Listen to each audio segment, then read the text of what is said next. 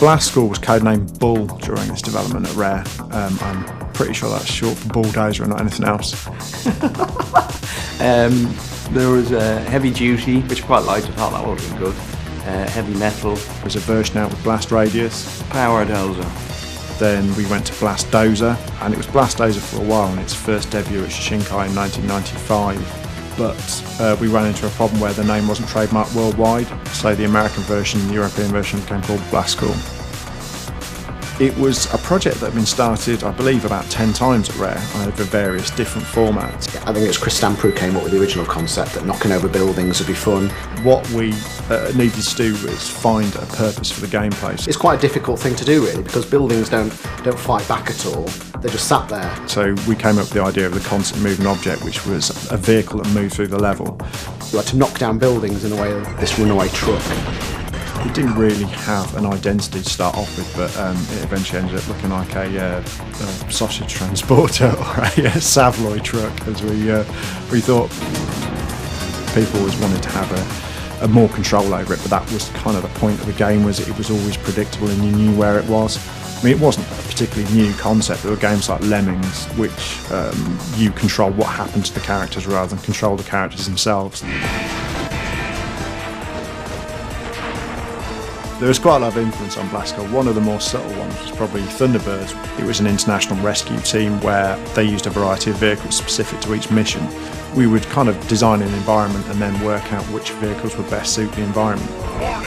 Blaskall had a reputation, possibly unfairly, of being a very hard game as well. It was a reflection of the type of game players we were at the time. The most obvious one is the dump truck. Backlash, as it's called. Yeah. I went over the top and had like animating textures, like rendered the texture so there was a light source going around it, and as it spun, it lit correctly. It was just overkill. A lot of people seem to hate it, but I thought that was the most fun vehicle. It really needed quite a bit of skill to knock down buildings. You had to swing around the back end skids and get the back end to go into the buildings to knock them over. That was actually the mechanic from Mario Kart. It was a jump turn in Mario Kart, so you press the button and swing the back end of the truck around. Some of the later vehicles became a bit more flamboyant. We had our artist Ricky Berwick. Basically, he would come up with the idea and we'd just try and shoehorn that into the game. In vogue was manga at the time, so we ended up kind of trying to spice it up a bit by putting a lot of robots and things in there. So, for instance, if you look at Thunder Fist, he's only got one arm. Because we ran out of polygons, it wouldn't fit in memory, so we actually just took an arm off, and that's how it appears in the game. I mean, we had quite a few vehicles in Blaskall. A lot of them didn't get very far, and a lot of them were developed just as test vehicles when we were using the N64 emulator. Lee Ray did a lot of cool designs. Some of them didn't get in because, well, they were more just of something which was supposed to look nice rather than play well. That kind of came later for a lot of the vehicles. Some of them didn't get in because they were just too out there, basically. There was one with a groin cab in it. Don't ask why, it was very strange. There was quite a lot of vehicles we ruled out. The main criteria had to be that had a unique ability to knock down buildings, so I think in some of the early demos, and even at Shishinkai, we featured a Scorpion model. I remember Richard Wilson putting the Scorpion thing in, it was like...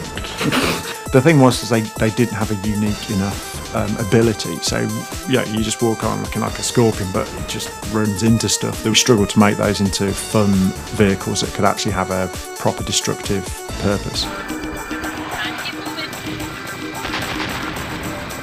There's quite a variety of tunes in Blaskall, and I put it down to partly Martin Wakely giving me the freedom to do that, but also more than likely because I can't concentrate on anything for more than 5 minutes, so I just go off and just do whatever was in my head at the time.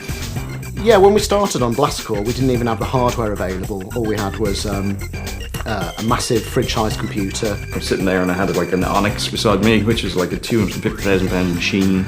I know the artists were working on machines that were supposed to emulate what the N64 would be, but this was years before it came out, so we were all kind of doing stuff in the dark a little bit. We had so much equipment, it created a bit of a hot house, so there was like the temperatures used to get astronomical.